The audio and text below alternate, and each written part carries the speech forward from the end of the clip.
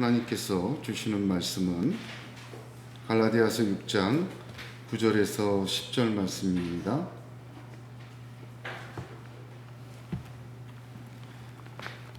갈라디아서 6장 9절 10절 말씀, 저와 여러분이 한 목소리로 같이 봉독하겠습니다. 우리가 선을 행하되 낙심하지 말지니 포기하지 아니하면 때가 이름에 거두리라. 그러므로 우리는 기회가 있는 대로 모든 이에게 착한 일을 하되 더욱 믿음의 가정들에게 할지니라. 아멘. 성령과 보조를 맞추어 사는 삶은 유업을 이을 자에서 유업을 이은 자로 세워지는 유일한 길입니다. 성령과 보조를 맞추어 이 땅의 삶을 사는 과정 속에서 성령님은 저희들의 삶 가운데 성령의 열매 9가지 주렁주렁 맺히게 하십니다. 그렇게 열매를 성령으로 맺어지게 하시는 동안 저희들의 믿음이 또한 존재가 유업을 이을 자에서 유업을 이은 자로 그렇게 완성되어져 가는 것입니다. 성령을 따라 사는 삶의 6번째 교훈으로 선을 행하라는 말씀을 지난주부터 나누고 있습니다. 우리가 할 수 있는 가능한 선, 마치 악할지라도 좋은 것을 자식에게 줄 수 있는, 또 주는 바로 그 선을 행하라는 것입니다. 그것이 우리 자신에게 0.1%밖에 없다 할지라도 그 선을 행할 수 있는 만큼 행할 때에 그 순종을 통해서, 그 겨자씨 같은 순종을 통해서 하나님은 공중의 새가 깃들인 것 같은 그러한 큰 하나님의 사랑으로 자라게 하시고 열매 맺게 하시고 세워 가신다는 말씀입니다. 오늘 나눈 은혜는 그 선을 행하는 가운데 가져야 할 아주 구체적인 교훈입니다. 언제, 어떻게, 누구에게, 또 무엇을 해야 하는지를 성경은 구체적으로 말씀해 주고 계십니다. 첫 번째로 그 0.1%라도 가지고 있는 선을 순종하고 애쓸 때에 낙심하지 말라는 것입니다. 낙심한다는 말씀이 성경에서 제일 먼저 나오는 곳은 민수기 32장 7절 말씀입니다. 너희가 어찌하여 이스라엘 자손으로 낙심케 하여서 여호와께서 그들에게 주신 땅으로 건너갈 수 없게 하려느냐. 언제 있던 일이냐면 출애굽 2세대가 모압 평야에서 이제 요단강을 건너 진군하기 전에 갓 자손과 루벤 자손이 모세에게 우리는 건너가지 않겠습니다. 가축대가 너무 많은데 여기 모압들이 참 좋은 곳이라 굳이 건너가지 않겠다. 그렇게 요청을 하였습니다. 그때 모세가 한 대답입니다. 어찌하여 낙심케 하느냐 이스라엘을.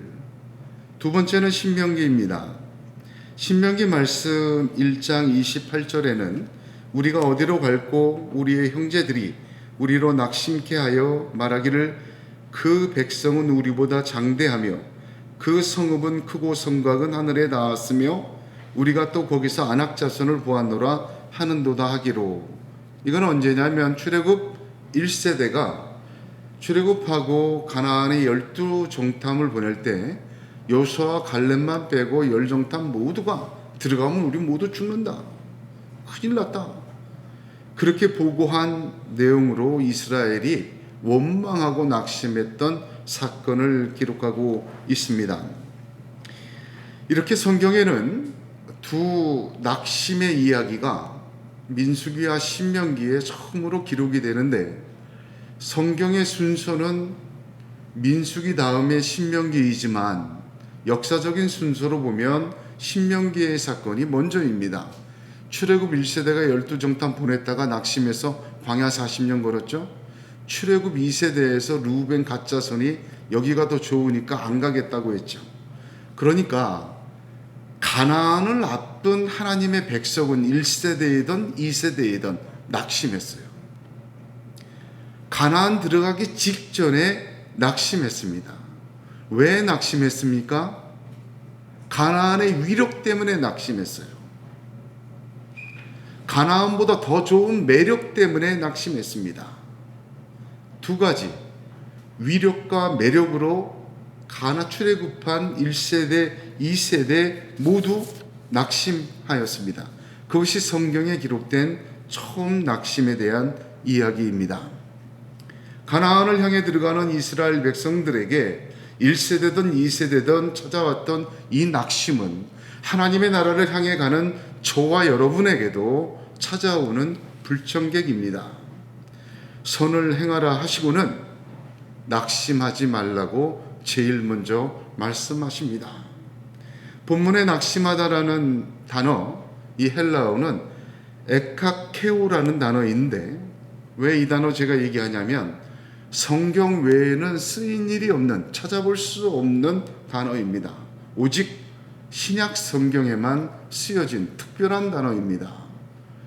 그러니까 바울은 이 단어를 굉장히 선별하여 사용하였습니다. 이 에카케오, 낙심하다는 말의 본래의 뜻은 지치다, 피곤하다 그런 뜻입니다. 그런데 이곳을 제외하고 이 에카케오라는 단어가, 낙심이라는 번역된 단어가 신약 성경에는 모두 4번 등장합니다. 제일 처음은 예수님께서 누가복음 18장 1절에 기도하고 낙심하지 말아야 할 것을 비유로 가르치실 때 이렇게 얘기하셨습니다. 밤낮 부르짖는 자의 기도를 듣지 아니하시겠느냐, 그 얘기하실 때. 두 번째는 고린도후서 4장 16절에 우리가 낙심하지 아니하나니 우리의 겉사람은 우패하나 우리의 속사람은 날로 새로워지도다.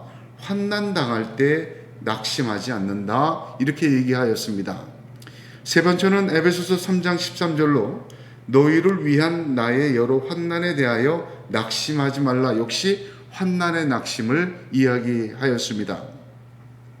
마지막으로 데살로니가 후서 3장 13절에는 형제들아 너희는 선을 행하다가 낙심하지 말라, 그렇게 모두 성경에 5번 사용되었습니다. 그러니까 선을 행하다 낙심하지 말라가 2번, 환난 당할 때 낙심하지 말라가 2번, 기도하다가 낙심하지 말라 1번, 이렇게 모두 5번 사용되었습니다. 고난 당할 때 낙심하지 마십시오. 선을 행하다 낙심하지 마시기 바랍니다. 기도하다가 낙심하지 마시기 바랍니다. 이 말은 어려움 당하면 낙심하게 돼 있어요. 기도에는 놀랍게도 낙심이 더 많아요. 나는 뭐 믿음 좋아서 낙심 없어요 그러면 그 사람은 시편 기도보다 더 위대한 믿음의 사람이에요. 시편 1편부터 150편까지 전부 보십시오. 낙심이 70%면 뒤에 와서 회개하고 믿음 갖는 게 30-40%예요. 낙심조차 하나님 앞에 내어놓고 기도하다 보면 하나님께서 새 힘을 부어주시고 새로운 믿음을 주시는 고백이 시편입니다. 기도하는데 낙심하게 되고 어려움 당하면 낙심하게 되고 선을 행할 때 기쁨이 아니라 낙심을 만나게 됩니다. 성령과 보조를 맞추어 살아가라, 그렇게 살던 갈라디아 교인들이 이 낙심에 빠졌습니다. 무슨 얘기냐? 열심과 동기를 상실했어요. 성령을 따라 살다가 낙심했어요.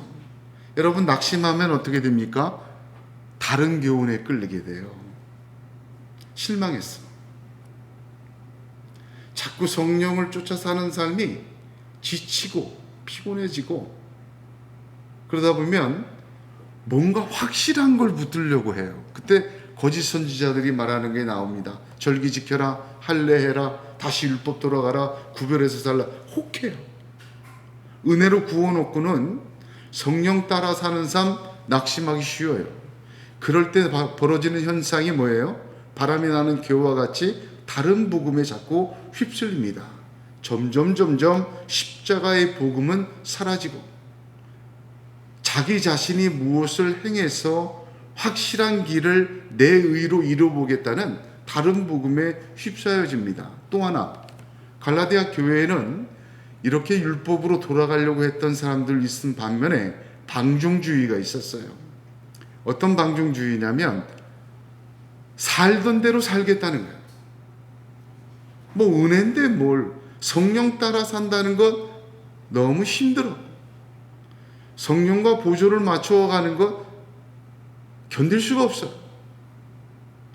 내 삶은 내 삶대로 살고 아주 자유롭게 편안하게 살겠다는 율법주의와 방종주의, 이 두 가지의 현상이 일어났습니다. 낙심하게 되면 이렇게 됩니다.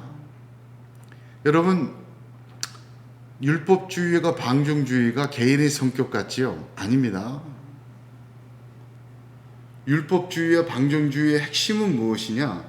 자기 자신에게 집중하는 거예요.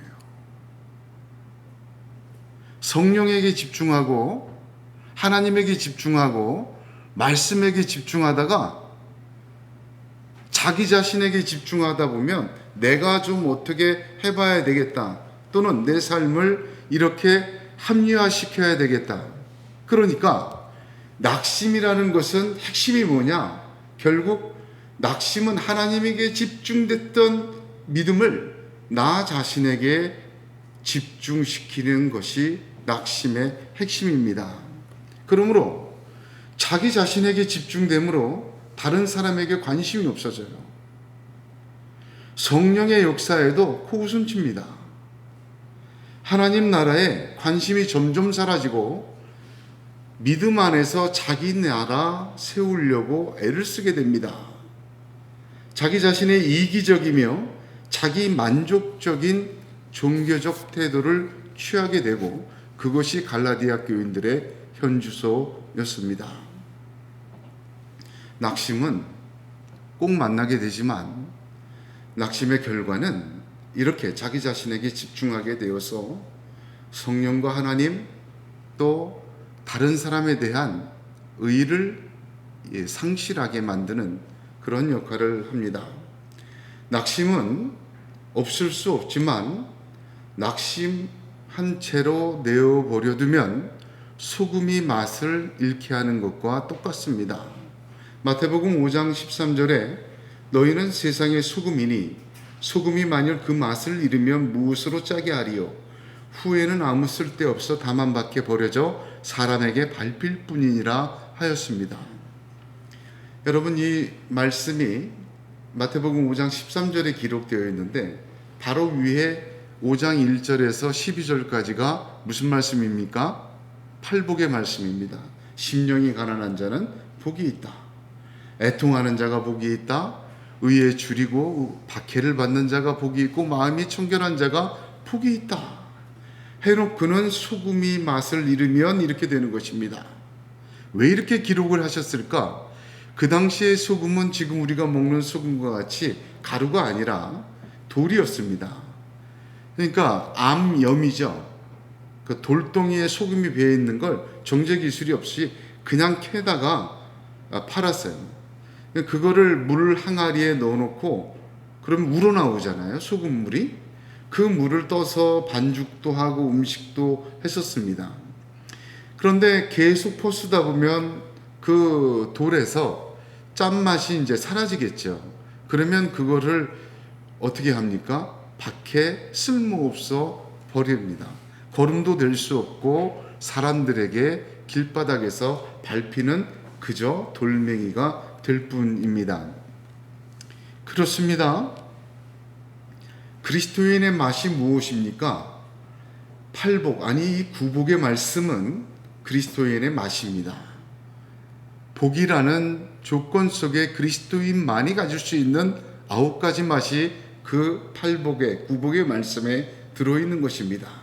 그 맛을 잃으면 아무 쓸데없어 다만 밖에 벌어져 사람에게 밟힐 뿐이라, 그렇게 말씀하시는 것입니다. 환난을 당하여 낙심하고 기도하다가 낙심하고 선을 해나가 낙심하면 점점 그 맛을 잃게 됩니다. 점점 그 맛을 잃어가게 하는 것이 낙심입니다. 그러니까 기도하다 낙심하시면 더 기도하세요. 낙심 가지고 기도하세요. 놀라운 하나님의 역사가 시편의 찬양처럼 있습니다. 환난 당할 때, 어려움 당할 때 낙심하게 되죠. 그 환난과 어려움, 낙심 속에서 주저앉지 말고 더 기도하세요. 그 환난 속에서 하나님이 보화를 캐게 하세요. 선을 행하다가 낙심되죠. 선을 더 행하세요. 계속하세요. 낙심은 그렇게 사라지고, 낙심되는 것이 다른 교훈에 끌리고 방종주의에 빠지지 않고 더 큰 위대한 하나님의 사랑 만나게 됩니다. 히브리서 12장 1절과 3절에 믿음의 주요 또 온전케 하신 이인 예수를 바라보자. 저는 그 앞에 있는 즐거움을 위하여 십자가를 참으사 부끄러움을 개의치 아니하시더니 하나님 보좌 우편에 앉으셨느니라. 너희가 피곤하여 낙심치 않기 위하여 죄인들의 이같이 자기에게 거역한 일을 참으신 자를 생각하라.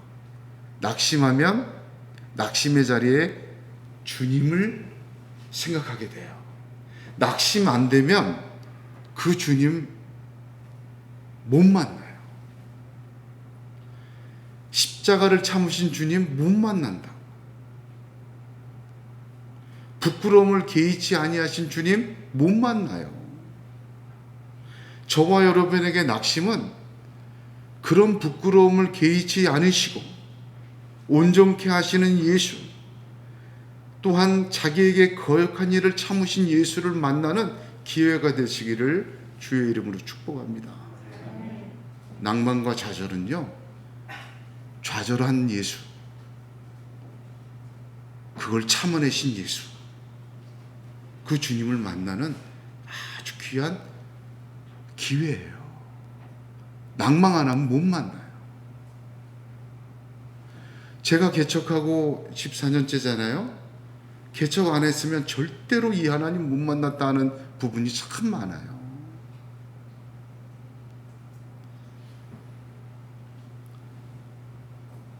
주님을 생각하십시오. 그 낭망이 전혀 기쁠 때는 만나지 못했던 우시는 주님을 만나게 되고요. 그 낭망이 전혀 성공할 때 못 만나던 나를 위해 참으시고 부끄러움을 개의치 않으신 진짜 주님의 모습을 깊이 만나게 돼요. 생각하라. 이 말은 아나로기조마이라는 헬라어를 쓰는데 참 재밌는 단어예요. 아나라는 뜻은 up, 위로, back, 뒤로, 또 again, 다시라는 전치사예요. 로기조마이는 무슨 뜻이냐면 숙고하다, 그 뜻보다는 계산하다 그런 뜻이에요. 무슨 뜻이냐?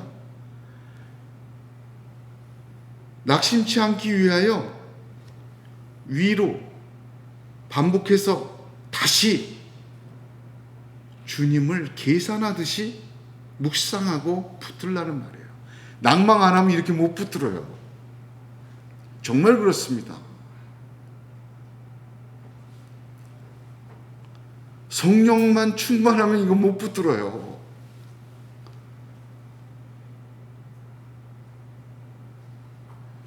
다시 주님을 생각하고 반복해서 주님을 바라보고 위로 쳐다보고 뒤를 돌아보고 계산하듯이 계속 주님을 붙들게 하는 것, 낙심 중에 있을 수 있는 유일한 축복이에요.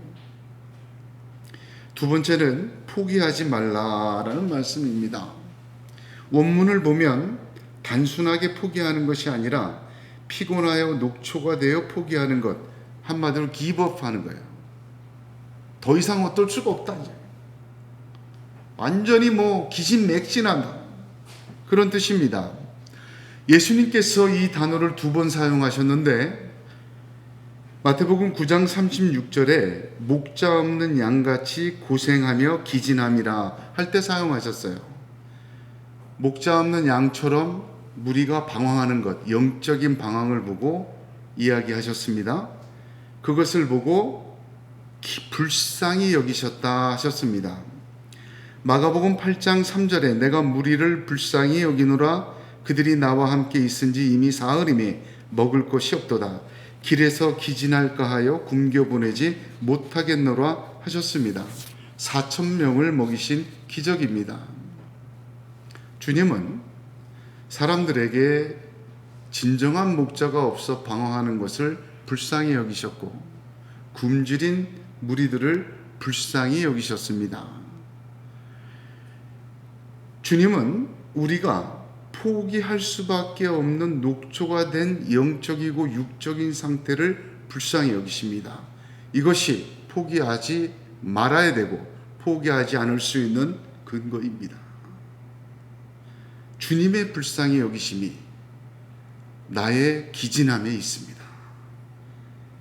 낙심하다가 다른 복음 만나고 낙심하다가 방종주의에 빠져 온갖 믿음이 성령과 말씀이 아닌 자신에게 집중이 되어 집중하게 됩니다. 그럴 때는 말씀을 사용하게 되고 성령을 부리려고 해요. 낙심하는 사람, 포기하는 사람, 그만한 이유가 있습니다. 더 이상은 못하겠다. 할 만큼 했다. 밑 빠진 독에 물 붓기도 아니고 말이죠. 낙심하는 것도 이유가 있었죠. 근데 가축이 너무 많은데 저게 어떻게 건너가냐. 전쟁해야 되는데 다 죽는데 우리는 건너가지 않고 여기 모압들에서 있도록 해야 다 이유가 있어요. 안악자손 만나서 우리가 메뚜기 처지됐다 못 가겠다 다 이유가 있어요. 합당한 이유예요. 그것도. 그러나 자기 자신에게 매몰된 이유입니다. 주님을 생각해야 되는데 나만을 생각하게 됩니다. 선을 행하다가도 이렇게 됩니다. 선을 행하는데 그래도 어떤 반응이 없어요. 심지어는 선을 행했는데 악으로 돌아와요. 어떤 사람은 밑 빠진 독에 물 붓기 같아요. 끝이 없어요. 또한 자기 자신도 보면 원하는 선은 행치 아니하고 원치 않는 악을 행하는 자기 자신을 또 보게 돼요. 그러다 보면 지치게 되고 낙심하게 되고 포기하게 될 수 있습니다. 바로 그때 예수로 주님으로 다시 시작할 때입니다. 시편 42편을 보면 하나님이여 사슴이 시냇물을 찾기에 갈급한 같이 내 영혼이 주를 찾기에 갈급하나이다로 시작합니다. 이어서 5절에서 8절은 내 영혼아 내가 어찌하여 낭망하며 어찌하여 내 속에서 불안하여 하는고 너는 하나님을 바라라. 그 얼굴의 도우심을 인하여 내가 오히려 찬송하리로다. 내 하나님이여 내 영혼이 내 속에서 낭망이 되므로 내가 요단 땅과 헤르몬과 미살산에서 주를 기억하나이다. 주의 폭포 소리에 깊은 바다가 서로 부르며 주의 파도와 물결이 나를 엄몰하도소이다. 낮에는 여호와께서 그 인자하심을 베푸시고 밤에는 그 찬송이 내게 있어 생명의 하나님께 기도하리로다. 그렇게 기도하였습니다. 기진할 때 밑빠진 독에 물붓기처럼 지치고 포기하고 싶을 때 자기 자신의 한계에 이르러서 누군가의 도움이 절실할 때 거기서 오히려 찬송하고 거기서 오히려 주를 기억하고 거기서 오히려 생명의 하나님께 기도하다가 그 하나님을 만나게 됩니다. 그래서 42편 11절 마지막에는 내 영혼아 내가 어찌하여 낭망하며 어찌하여 내 속에서 불안하여 하는고 너는 하나님께 소망을 두라. 나는 그가 나타나 도우심으로 말미암아 내 하나님을 여전히 찬송하리이다 하였습니다.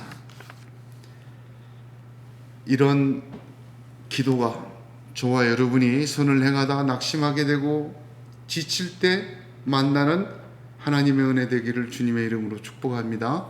세 번째는 때가 이름에 거두리라는 약속을 믿고 선을 행하시라 말씀하고 있습니다. 신명기 9장 10절에 여호와께서 두 돌판을 내게 주셨나니 그 판의 글은 하나님이 친수로 기록하신 것이요 너희 총의 날에 여호와께서 산상 불 가운데서 너희에게 이르신 모든 말씀이라 하였습니다. 하나님 말씀 주실 때 돌판에다가 친수로 기록해 주셨죠. 하나님께서는 선지자들에게 명령하셨습니다.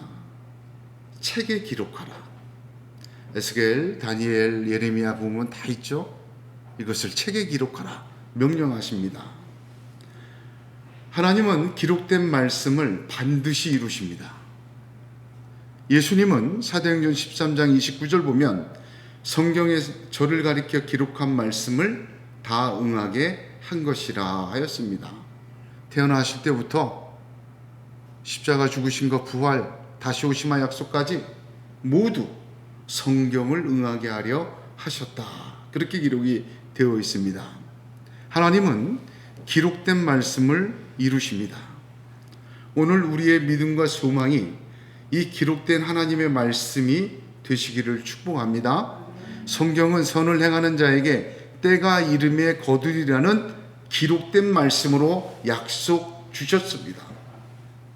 그 말씀대로 선을 행하는 저와 여러분에게 그대로 응할 줄로 믿으시기를 바랍니다. 하나님은 그 말씀과 언약을 자라게 하시고 반드시 열매 맺게 하십니다. 고린도전서 3장 6절 7절을 보면 나는 심었고 아볼로는 물을 주었으되 오직 하나님은 자라게 하셨나니 그런즉 심는 이나 물 주는 이는 아무것도 아니로되 오직 자라나게 하시는 하나님뿐이라 하였습니다. 하나님은 우리가 듣는 말씀, 보는 말씀이 기록된 말씀을 저와 여러분의 삶 가운데 응하게 하세요. 오늘 말씀에 때가 이름에 거두리라, 이게 약속입니다. 때가 이름에 거둔다는 하나님의 말씀의 약속으로 낙심과 포기의 치료제를 삼아야 합니다. 10절을 보게 되면 누가 거두는가? 성령으로 심는 자가 거두는 것입니다. 성령으로부터 영생을 거두게 하십니다. 그것이 하나님의 뜻입니다.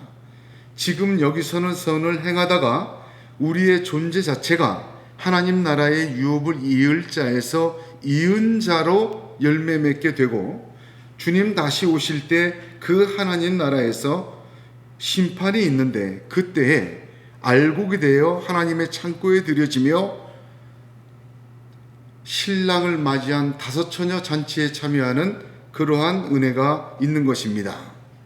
때가 이름에라는 말은 적절한 시기에란 뜻입니다. 누구에게 적절한 시기인고 하나님에게 적절한 시기입니다. 그러니까 말을 종합해 보면 때가 이름에 거두리라는 말씀은 반드시 응하는 하나님의 약속인데 하나님의 때에 아주 적절한 시기에 이름에 거두게 하신다는 말씀입니다.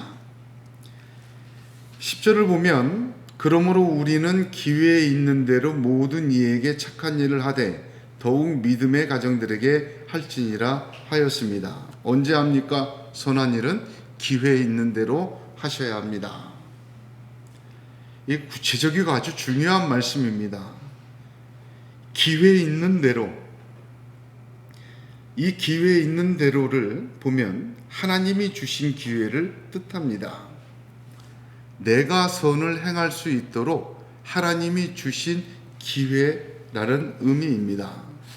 우리의 선을 필요로 하는 수많은 사건들이 하나님이 주신 기회임을 잊지 마십시오. 선을 행하는 건 그 사람과 나의 문제가 아니라 나와 하나님과의 문제입니다. 특별히 모든 사람, 인종과 나이와 신분과 어떤 종교도 조건 없는 모든 사람들, 특별히 믿음의 가정들에게 더욱 그리하라고 이야기하고 있습니다. 선을 행하실 때 언제 행하냐? 선을 행할 수 있는 기회가 보여요. 하나님이 주신 기회다. 그런 뜻입니다. 성도들은 하나님의 나라를 유업으로 받은 자들입니다. 이을 자가 되은 거예요. 예수 믿고 그 신분과 자격은 오직 예수 그리스도의 십자가에서 은혜로 주신 것이요 선물로 받은 것입니다.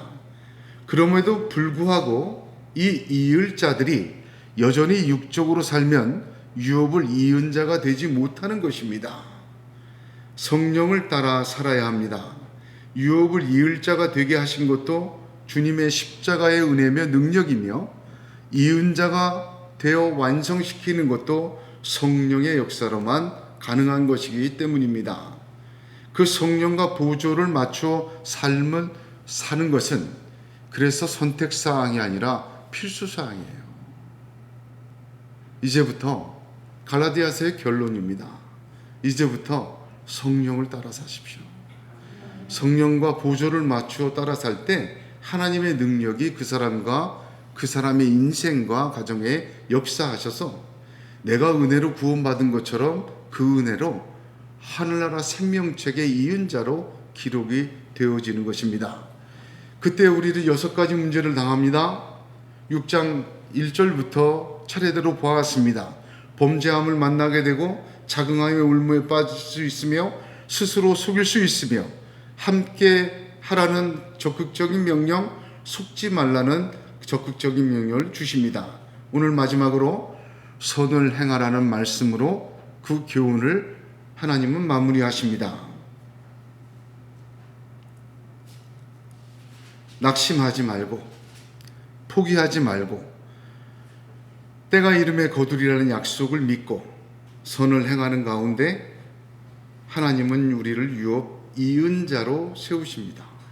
낭망하는 가운데 포기하고 싶을 때 낭망하지 않고는 기진맥진하지 않고는 만날 수 없던 주님을 만나고 주님을 생각하시고 그 놀라운 하나님의 은혜를 채워가시기를 바랍니다. 그렇게 될 때 악은 모양이라도 버리게 됩니다. 그런 성도 한 사람 한 사람의 선을 행함으로 성령님은 이 세상을 하나님 보시기에 좋았더라 하신 하나님의 나라로 어느덧 바꾸어 가고 계십니다. 그 하나님 나라 이루어 가시는 것입니다. 우리가 성령과 보조를 맞추어 걸어가는 믿음의 삶을 살 때에 성도 자신은 물론 하나님의 나라의 역사에까지 이루게 하시는 하나님의 깊은 뜻이 이 말씀 속에 담겨져 있는 것입니다. 저와 여러분, 이제부터 성령을 따라 성령과 보조를 맞추어 성령의 뜻에 순종하며 살아가셔서 개인의 구원을 주님의 능력으로 이루시고 하나님의 나라 이루시는 하나님의 역사에 귀한 또 하나의 디딤돌이 되시기를 우리 주 예수의 이름으로 축복합니다. 기도하겠습니다.